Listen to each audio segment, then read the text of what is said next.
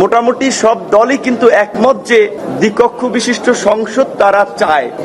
এবং সবচেয়ে ইন্টারেস্টিং বিষয় হচ্ছে বড় রাজনৈতিক দল বিএনপির কিন্তু অনেক আগে থেকে, সম্ভবত 2017-তে বা তার আগেও তাদের যে 31 দফা কর্মসূচি, সেখানে তারাও কিন্তু দ্বিকক্ষ বিশিষ্ট সংসদের কথা বলেছে। সুতরাং ওইখানে একমত। এখন দ্বিকক্ষ বিশিষ্ট সংসদের প্রক্রিয়া, সেটা নিয়ে কিন্তু কাছাকাছি মতামত অনেক দলেরই। বলছে যে উচ্চ কক্ষে রাজনৈতিক দলগুলো যারা নির্বাচনে অংশ নেবে তাদের প্রাপ্ত ভোটের অনুপাত, অর্থাৎ আনুপাতিক হারে প্রতিনিধিত্ব নিশ্চিত হবে, এবং লোয়ার হাউস হচ্ছে বিদ্যমান সিস্টেমে থাকবে।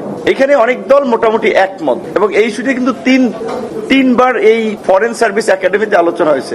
তো একটা ইস্যু নিয়ে যদি এতবার আলোচনা করে কনক্লুশনে পৌঁছানো না যায়, তাহলে কিন্তু আসলে আলোচনা অনেকের কিন্তু ধৈর্য বা আগ্রহ থাকে না। সেম সংবিধান সংশোধনী নিয়ে আই থিঙ্ক 3বার আপনাদের এখানেও ব্রিফ গেছে, সেখানেও মোটামুটি অনেক দল কাছাকাছি মতামত যে যদি দ্বিকক্ষ বিশিষ্ট সংসদ হয়, তাহলে নিম্ন কক্ষে 2/3 সমর্থনের পাশাপাশি উচ্চ কক্ষেও 2/3 সমর্থনের এটা প্রয়োজন। কারণ সংবিধান তো কোন দলীয় দৃষ্টিভঙ্গি থেকে সংশোধন করা উচিত না। যদিও আমরা দেখেছি বাংলাদেশের এই পর্যন্ত যে 17বার সংবিধান সংশোধন করা হয়েছে, তার অনেকগুলো সংশোধনী আনা হয়েছে ব্যক্তিকে এম্পাওয়ার করার জন্য কিংবা ক্ষমতাকে কুক্ষিগত করার জন্য। সেই জন্য আমাদের দলের পক্ষ থেকে প্রস্তাবটা ছিল যে সংবিধান সংশোধন এটা একটা জাতীয় ইস্যু, এবং একটা সংবিধান তো একটা জাতির চুক্তি, রাষ্ট্র পরিচালনার ক্ষেত্রে একটা লিপিবদ্ধ মূলনীতি। সুতরাং এইখানে যদি হাত দিতে হয়, তাহলে অন্তত মেজর স্টেক হোল্ডারদের মতামত নিয়েই করা উচিত। সেই জায়গা থেকে আমাদের মতামত ছিল যে লোয়ার হাউসের মতো আপার হাউসেও 2/3 এটা পাশ করা। তারপরে আমরা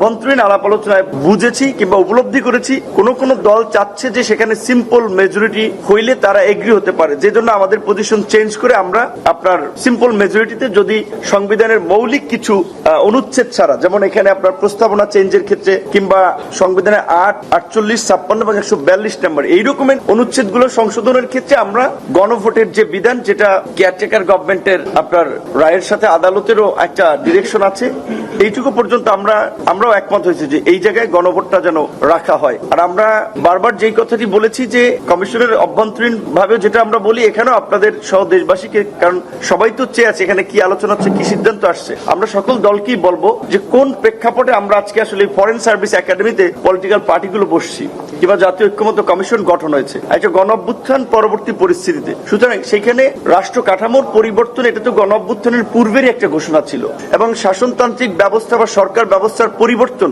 এই যে গণ অভ্যুত্থানের একটা অঙ্গীকার ছিল আমাদের। সেই জায়গায় রাজনৈতিক দলগুলো যেন যার যার দলীয় দৃষ্টিভঙ্গির ঊর্ধ্বে উঠে আমরা একটু চিন্তা করতে পারি, মতামতগুলো দেই, কমিশনও যেন একটা শক্তভাবে সিদ্ধান্ত গ্রহণ করে, এইটা আমাদের আহ্বান থাকবে। তারা যদি স্পেসিফিক ভাবে, যেটা আমরা বারবার বলি, সংস্কারকে কোন দলের মুখাপেক্ষি করে ফেলে কিংবা দলের সম্মতির উপরে নির্ভর করে, তাহলে কিন্তু অনেকগুলো মৌলিক সংস্কার শেষ পর্যন্ত আমরা ঐক্যমত্যে পৌঁছাতে পারবো না, এবং এটা বাস্তবায়নও সম্ভব হবে না।